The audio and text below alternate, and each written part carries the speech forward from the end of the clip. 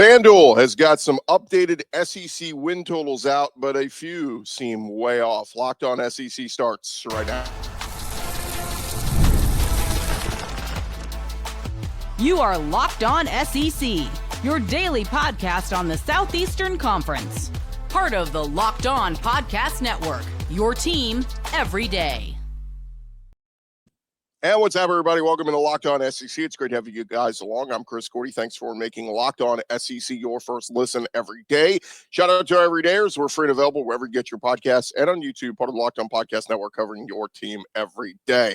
All right, we got to dive right into this because FanDuel has put out some updated SEC win totals for 2025. Now, look, a lot of times the season ends and, some of the sports books put out some very early over/under win totals. And so, coming out of spring, now that we've had the full transfer portal, that's kind of done. I mean, there's still some kids in the portal that picking and choosing their schools, but nobody that you would think would be like a total difference maker. It's going to alter your win total one way or another. So I think it's probably a good chance to look at some of these and, barring a catastrophic injury from now until the start of the season, I think these aren't going to change much. But look, the projected over/under win totals for all 16 teams in the SEC. Looking at FanDuel's projections, pretty interesting. They have some of these in tiers. So we're going to start with the top tier. And they have, first and foremost out of the gates, Alabama at 9.5 wins. According to FanDuel's numbers, year 2 of the Kalen DeBoer era. Look, they're raising the bar on him. I mean, year 1 did not go well. 9-4. And less than 10 wins for the first time since Nick Saban's first year back in 2007. You got premier talent. You got Ryan Williams, the receiver. You got Deontay Lawson back. I mean, this team is absolutely expected to be a playoff team. And bringing in offensive coordinator Ryan Grubb, this is supposed to be a much improved Alabama team. And so for Kalen DeBoer, 9.5 is the bar. Basically saying anything less than 10 wins, you have underachieved. 9 wins, nice season, but man, can you imagine Alabama fans if DeBoer has back-to-back 9-win seasons and you're not even in the hunt to make the playoff? It would be a disaster. So they got to figure out the quarterback thing. I know all signs point to, it's probably going to be Ty Simpson's job. We'll see how it plays out throughout the season, but 9.5 for Alabama. At first it felt high. I thought 9 would have been safer, but 9.5, upping it to half, tells me 10 wins is the expectation for DeBoer this year. And it's not an easy schedule. I mean, there's some pitfalls there. Also tied for 9.5 wins, the Georgia Bulldogs. Now that seems right? I mean, oddsmakers continue to be high on the Georgia Bulldogs. Back-to-back national championship champions in 21 and 22. Even with an 11-win season last year, it didn't feel like they had lived up to what they could have been. But Kirby Smart's still there. They're going to try to get the quarterback thing figured out, Gunnar Stockton. And it just feels like, if you're making a bet at FanDuel, if you're heading to Vegas, put some money down. Feels like the safe bet is always going on Kirby 10+, right? So, again, I've had some people make the case, does Georgia take a step back this year? Sure. I mean, you can make that argument that all this elite talent they've been bringing in, that maybe there's a year they hit a bump in the road and it's a 9-win season or something. You can make that case, but I wouldn't make that bet. My money would be on Kirby and Georgia. They get the benefit of the doubt. The other one that is tied for 9.5 wins here, it's the Texas Longhorns. And obviously they made a strong impression year 1 in the SEC, getting to the SEC title game, getting into overtime, losing in overtime. And former number 1 overall recruit Arch Manning taking over a quarterback now. They do lose a ton around him. Don't get me wrong, but certainly, back-to-back playoff appearances, back-to-back semifinal playoff appearances for Steve Sarkisian. Yeah, you're not going to lower the bar this year, at least in Vegas's eyes. They see 10 wins or better for Texas, and the schedule set up for them last year. Schedule sets up for them again this year, albeit a really tough week 1 matchup on the road to Ohio State. If they win that one, they win the opener. Yes, I feel good about Texas over 9.5 wins, getting at least 10 wins and getting to the playoff. So those are your 3 teams that FanDuel put at over under 9.5. Now this is unique, right? When's the last time you remember just in recent years that there wasn't an SEC team with a 10-win total, right? Like, it felt like every year Georgia or Bama was 10.5 wins over under, right? And this year it's kind of, I think it speaks to the parity in the SEC. How we saw last year on any given week, anybody could beat anybody. When South Carolina upsets A&M and when, Vanderbilt beats Alabama. I mean, it just felt like a wild season last year that any given week that you didn't bring your A game, you were going to get beat. So, albeit I like Georgia over the 9.5. I'd probably lean Texas 9.5 over 9.5 if you feel like they're going to beat Ohio State. And then the Alabama one's tough, man. I go back on how good is Ty Simpson going to be. If you think he's going to be great, then yes, you take the 9.5. If you think he's going to go through some struggles and he's not the guy, then yeah, we're going to go, Alabama's a 8 or 9 win team, and the Kalen DeBoer era becomes an abject disaster. Let's get to the 3 teams they have at 8.5 wins. And these are interesting. The first one is LSU. And Brian Kelly had back-to-back 10-win seasons to start off in Baton Rouge. Took a little bit of a step backward with 9 wins. Here's the problem. He brings back one of the best quarterbacks in the country, Garrett Nussmeier, 4,000-yard passer from a year ago. Number 1 portal class with transfers galore. So, to me, it's like, why are expectations lower here? I know their schedule's tough, and I know they open with Clemson on the road, and that is a brutal one. But I almost call that a must-win for Brian Kelly and LSU. They have to win that game if they want to get where they want to go. So I'm going to go the over on LSU just because Brian Kelly cannot afford an 8-win or less season. If he does, well, I don't think they're going to fire him, but there's going to be talks behind closed doors about let's start getting this money together for a massive buyout. I mean, those are real discussions. This is a pivotal year for Brian Kelly. Like, either he takes that step forward, makes the playoff. I'm not even saying he has to win the national championship, but make the playoff to buy that trust from the fans to go, yes, we are on the right path and we have the right guy at the helm. Or if this thing goes the other way and he goes 8-4, my God, all those boosters who ponied up all that money for NIL and paying the number 1 portal class, they're going to be going, what the hell are we paying for here? We need a better coach. So pivotal year for Brian Kelly. That's why I say desperate man, or sometimes desperate times call for desperate measures. We'll take LSU over the 8.5. I'm just surprised 8.5. I thought LSU would have been more in the 9-win, maybe 9.5 win category, just because of everything that they've added to the roster this offseason. The other 8.5 win total. How about the Ole Miss Rebels? Rebels, obviously, 2 straight 10-win seasons under Lane Kiffin. Big win over Georgia last year. But then the head-scratching losses to Kentucky and Florida that took them out of the playoff race. They lose a ton from this team, including their star quarterback in Jackson Dart, who became a first-round pick. Austin Simmons, people are very high on. They think, he's going to be very good. But no surprise here that they drop Ole Miss to 8.5 wins. Now, I think 9 is certainly in play for Ole Miss. And our buddy Stephen Willis, who does Locked On Ole Miss, he's bullish. He thinks 10 wins still in play. He thinks this is a playoff team. And they've done very much what LSU's done. They've addressed a lot of needs in the portal. I mean, Lane has been the portal king the last few years in all the pieces he's added. But it does feel like this is the year they take a little bit of a step back, right? Like, just with everything they had last year with, run down the list, Walter Nolan, and I mean, this guy, that guy, all these stud, big-time transfers they brought in that were all supposed to get them over the hump. So if that line stays at 8.5 for FanDuel, take the over. I feel like Ole Miss 9 wins. Feel pretty good about that. But I think that's a good line. I think it's a good trajectory of, yes, Ole Miss maybe comes back down a little bit off the mountaintop from where they were the last couple of years. And then your other 8.5 win team, and this is the very interesting one, the Tennessee Vols. Obviously, they were the talk of the offseason with losing Nico Iamaleava, wanting more money over an NIL dispute. They end up kicking him to the curb. He ends up at UCLA. But how much do you believe in new Vols quarterback Joey Aguilar? that is the question of the summer. Vegas's projection of 8.5 wins. Look, it's jarring if you're a Tennessee fan because you've been, Heupel's had you in the 10-win conversation the last couple years and, making the playoff last year. He has eclipsed the 9-win plateau each of his past 3 seasons.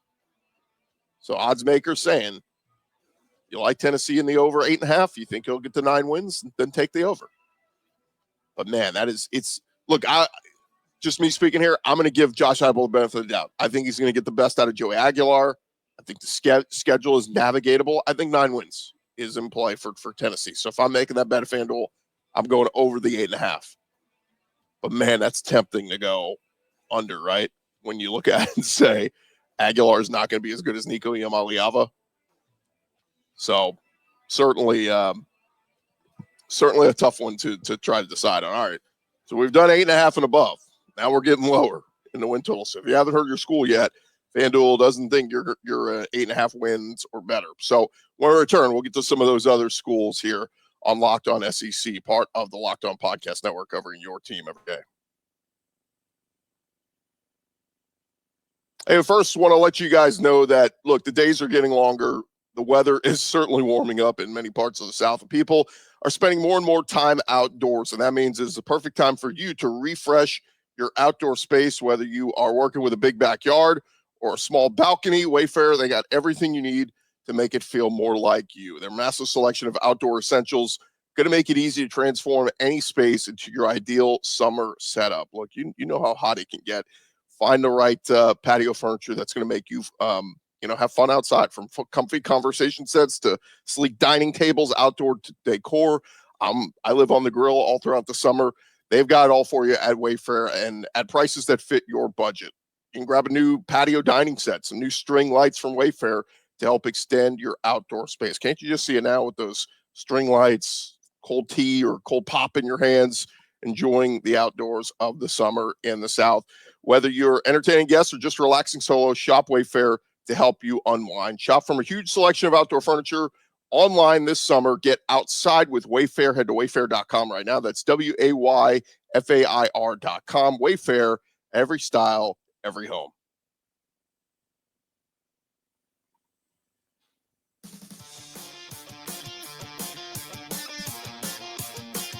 All right, continue on here. Locked On SEC, part of the Locked On Podcast Network, covering your team every day. And be running through these updated FanDuel win totals for the SEC teams. And now we get into the below 8 win totals. So this is where we start to get into the nitty gritty of how good is your team going to be in 2025. And we start at 7.5 wins. It's the Auburn Tigers. Year 3 under Hugh Freeze, bringing plenty of hope, especially after they landed Jackson Arnold through the portal.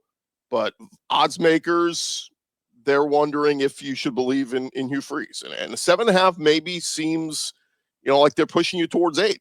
8-4 would be a fantastic season for Hugh Freeze, just in terms of improvement. And, okay, arrow pointed upward. But if I'm talking here, I'm saying it's almost a must. Like, I think Hugh Freeze has to get to 8-4. 7-5 in year 3 on the Plains, that ain't getting it done, man. With all this talent, all these top 10 recruiting classes you've brought in. Now, Auburn has not won. They've not eclipsed the 6-win mark since 2019 when they went 9-4. And that was Gus Malzahn's second to last season. So there's confidence out there in the Auburn Tigers, at least in the betting world. But 7.5 still feels like if you had asked me a couple years ago when they hired Hugh Freeze, like how many wins are they getting in year 3, I would have been saying 9 or 10. Like that's a playoff team. Instead it's 7.5. And it's like, can you get to the Peach Bowl, the Outback Bowl? Like that's where we are right now with Auburn. 7.5 wins. I'm going over. Just because I feel like, again, pressure on Brian Kelly, pressure on Hugh Freeze, bro. You got to take that step forward this year. If you don't, again, we're going to be talking buyout talk. We're going to be talking, you're not the right guy for the job. All that's going to pop up there. So, over 7.5 wins on Auburn. How about Mizzou? This one's very intriguing they have they kind of been that under the radar team the last couple seasons. And oh yeah, don't pay no attention to Eli Drinkwitz. He's just going to win double-digit games back-to-back years. Now that was with Brady Cook at the helm. That was with good running game. And now they bring in former Penn State quarterback Bo Prabula. This is very much like Ole Miss in my mind. Like, okay, you have overachieved. You've done great these last couple seasons.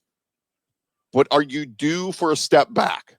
And that's what I was saying about Ole Miss. Felt like Ole Miss is due for maybe a little bit of a step back. Feels like Mizzou is maybe due for a little bit of a step back. But I put a lot on Bo Prabula. If Bo Prabula lives up to the hype, and he is very productive, and probably one of the more underrated transfer portal pieces this offseason, if you guys haven't paid attention, Ahmad Hardy, really good running back transferring in. And what's Mizzou have every year? They always have good running backs. They always run the football well. I look at the schedule, and man, it's Central Arkansas, Kansas, ULL, South Carolina, Massachusetts, all at home before they get Bama at home. I mean, that's literally, what is that, 6 straight home games? The South Carolina one will be difficult. And then, of course, what Alabama's going to look like. And then the backstretch of the schedule is it's rough, man. Road trip to Auburn, road trip to Vandy, home for A&M, home for Mississippi State. They should win that one.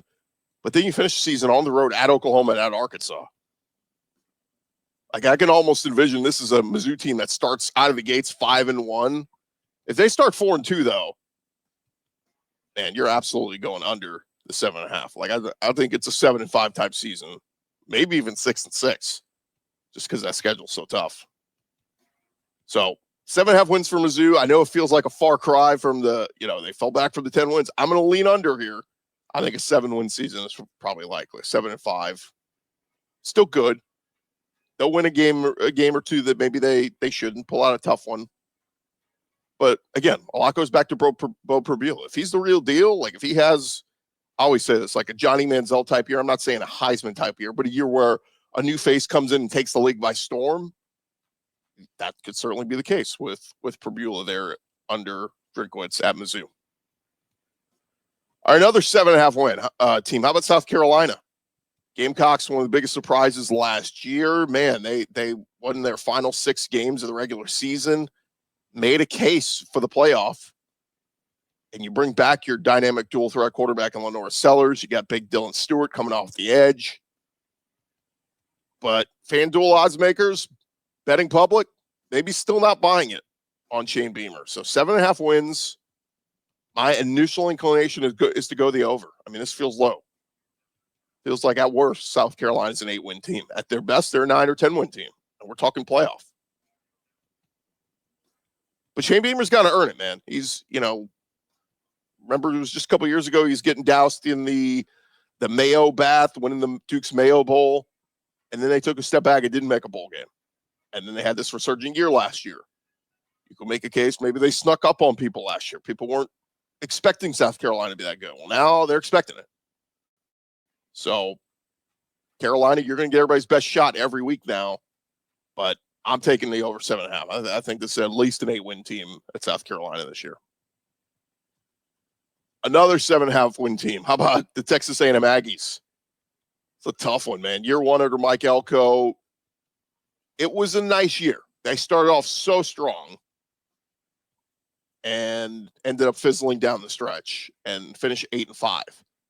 But still, when you take a step back and look at it, you say that was a very nice year 1 for Mike Elko.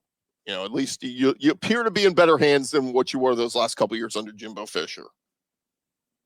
But Vegas doesn't seem like this is going to be much of a dangerous team.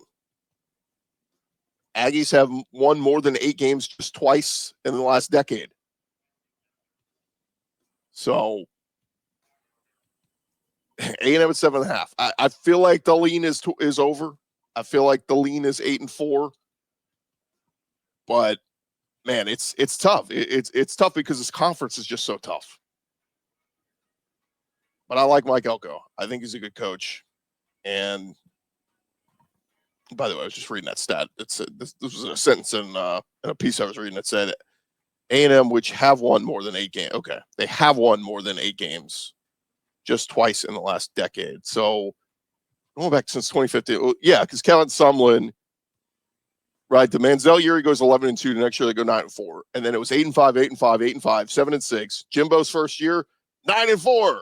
And then 8-5, 9-1 COVID year, 8-4, 5-7, 7-6. And then Mike Elko's year one was 8-5. Man, they're right on the needle here. I mean, look, 7 wins would be a disappointment, so I'm going to lean over with A&M. They get to 8-4. You're not in the playoff, but you're a pretty good team. You pulled off a couple good wins. We'll go over the 7.5 for Aggies. All right, we take a little bit of a step down the ladder. We go to 6.5 wins. We got the Florida Gators here. Billy Napier earned himself some trust with how they finished down the stretch of last season. And obviously, DJ Lagway taking over a quarterback. People are optimistic. People are hopeful. They went to 6-1 over their last 7 games last season. But that schedule is still pretty brutal when you look at it. And so the big question is, you know, can Napier repeat what he did down the stretch of last season? Can they play like that for the length of an entire season? And that's where it gets tough. But 6.5 win. I mean, like, this win total just feels a little bit disrespectful. I mean, 6-6 would be a step backward from last year, right? So, you know, they finished 8-5, 7-5 in the regular season, 8-5 when you consider the bowl win over Tulane. So to go from 8-5 to 6.5 win total for Florida, I'm gonna lean the over. I feel like 7 wins. They're gonna find a way to get 7 wins. I know they got to go to LSU and to Miami in the first couple weeks. They get Texas. They're at A&M. They get Georgia. They're at Ole Miss. They get Tennessee. It is a brutal schedule. But I'm going to buy a little bit of hope in Billy Napier. If he goes under that, 6-6 or worse, I think they're talking about maybe making a change. So we'll be optimistic. Maybe I'm just a little bit too positive today. We're feeling a little bit too optimistic on these teams. And I'm going to feel optimistic about this one. How about the Oklahoma Sooners? They've got them at 6.5 wins. Brent Venables looking to take that next step, and the Vegas odds makers are expecting more of the same from Oklahoma. They went 6-7 in 2 of Venables' first 3 seasons. But John Mateer coming in from Washington State with his offense coordinator Ben Arbuckle, that is the big measure of success for Oklahoma. If John Mateer plays like he did at Washington State, Oklahoma's going to win some games. And I even had somebody make the case that if he's really good, the Oklahoma gets to 10 wins and they're a playoff team. Their schedule sets up, I think, decently in the first half. They have a road trip at Temple. They get Auburn at home. They get Texas in the Cotton Bowl. But then look at the backstretch of that season. At South Carolina, home for Ole Miss, at Tennessee, at Alabama, home for Mizzou, home for LSU. Can you play 500 ball in that stretch? If they can win those early games, 9-3, maybe 8-4. So I'll go over the 6.5 win total for Oklahoma. I'll just say this: if they go under that, they're making a change in Norman. So I appreciate what Brent Venables did this offseason. He said this is desperate times, call for desperate measures. We're going to make some wholesale changes on this offense. Wasn't good enough. See if it is good enough to turn things around in Oklahoma. All right, still more to come here on Locked On SEC, part of the Locked On Podcast Network, covering your team every day.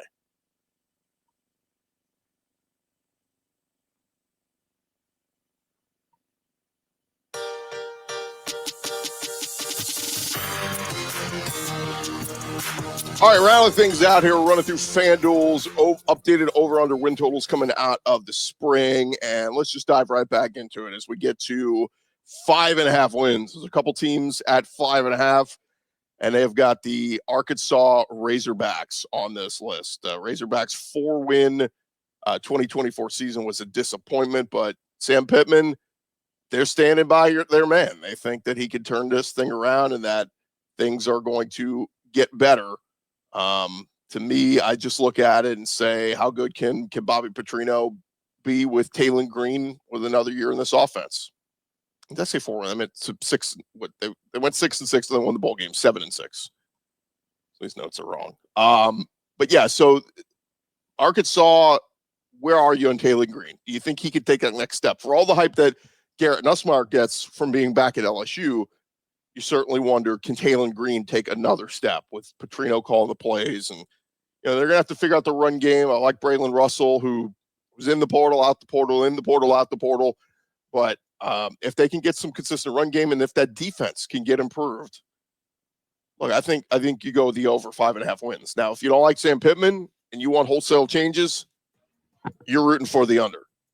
You want Arkansas to go 5-7. They'll fire Sam Pittman. They'll turn the page. They'll move on. But I think that this roster is talented enough. With what Arkansas has done in the portal, like I just think that this is at least a 6-win team. So I'm leaning the over on Arkansas. The other team that's at 5.5 wins, well, let's just pull up the whole graphic here.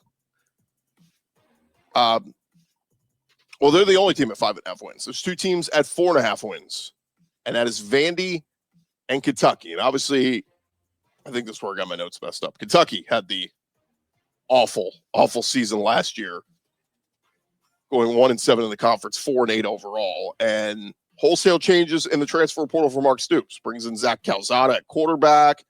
The Brock Vandagriff transfer was an absolute bust. He ends up just quitting football altogether. So that was a bust. You live by the portal, you die by the portal sometimes. So Kentucky has absolutely got to turn this thing around. I like what they've done in the run game. Dante Dowdle at running back coming over from Nebraska. Some interesting pieces at wide receiver. Defense has got to be better. And they lost a couple of guys who were seniors last year, big leaders on this team, went pro. So they've got to figure that out. But Kentucky, man, you got to be better than 4.5 wins. So I'll just say, if I'm betting FanDuel, I'm betting the over. But even 5-7 might not be enough for Mark Stoops to stay there in Lexington. It's a shame. I mean, they're winning his all-time coach. But this thing has gone downhill pretty quickly. How about over at Vanderbilt? 4.5 wins for them. I had to do a double take on this. I said, wait a minute, did I miss the news of Diego Pavia getting granted another season of eligibility? Like, I just cannot believe that Vandy is that they want to disrespect them that much. I know the schedule looks pretty daunting. I mean, they have to go to Virginia Tech in week 2. They have to go to South Carolina in week 3. They still have to play at Alabama, at Texas, at Tennessee. Those all feel like losses. And then home games against LSU, Mizzou, Auburn, and Kentucky.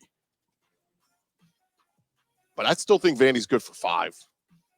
5-7, it's a step back. They miss a bowl game, but I think they're at least a 5-win team. So I'm taking the over there at 4.5 from over at FanDuel.